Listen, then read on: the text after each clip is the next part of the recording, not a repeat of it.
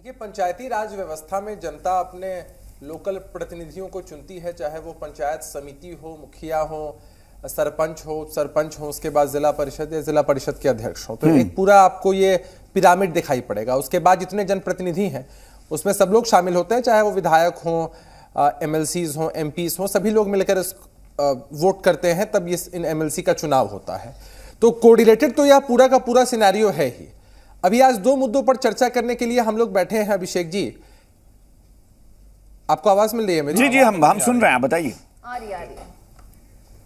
जी हाँ, मैं यही कह रहा था कि आज दो मुद्दों की चर्चा करने के लिए हम लोग बैठे हैं। एक जो सीएम साहब ने बयान दिया है लॉ एंड ऑर्डर को लेकर, वो एकदम ठीक है।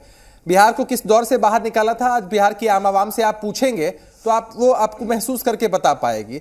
जो भी घटनाएं घटती हैं उनमें भी प्रशासन या सरकार अपनी जवाबदेही से पीछे नहीं हटता है, कार्रवाई होती है, उद्भेदन भी होता है।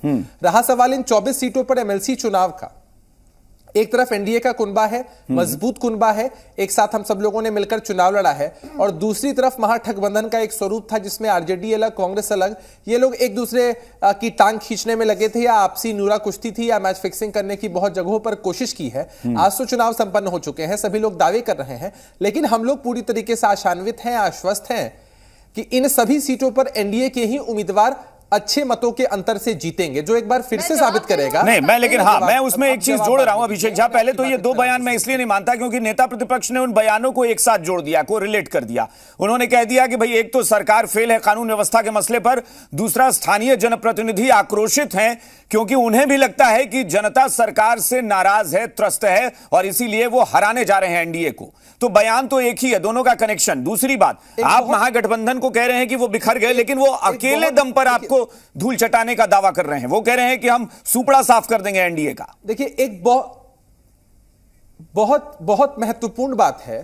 त्रिस्तरीय पंचायत में आपने देखा है कि 50% सीटें महिलाओं को आरक्षित करके नीतीश कुमार जी ने एक नया आयाम लिखा है। और ये लोग कितना भी चिल्ला लें, अभी नेता प्रतिपक्ष तेजस्वी यादव जी उर्फ प्रवासी नेता प्रतिपक्ष तेजस्वी यादव जी अभी हाल के दिनों में आपको हेलीकॉप्टर से घूमते दिखाई दे रहे हैं। सिर्फ चुनाव का मौसम है तभी ना, अपने इलाके में, अपने क्षेत्र में या बिहार के भ्रमण पे ये कब निकलते हैं? तो दावे तो बड़े बड़े करेंगे, इसमें कुछ भी अप्रत्याशित। तो आप भी अगर दावा कर सकते हैं तो कह सकते हैं कि ये जो चुनाव परिणाम होगा ये जनता का मूड भी बताएगा, ये आप कह सकते हैं?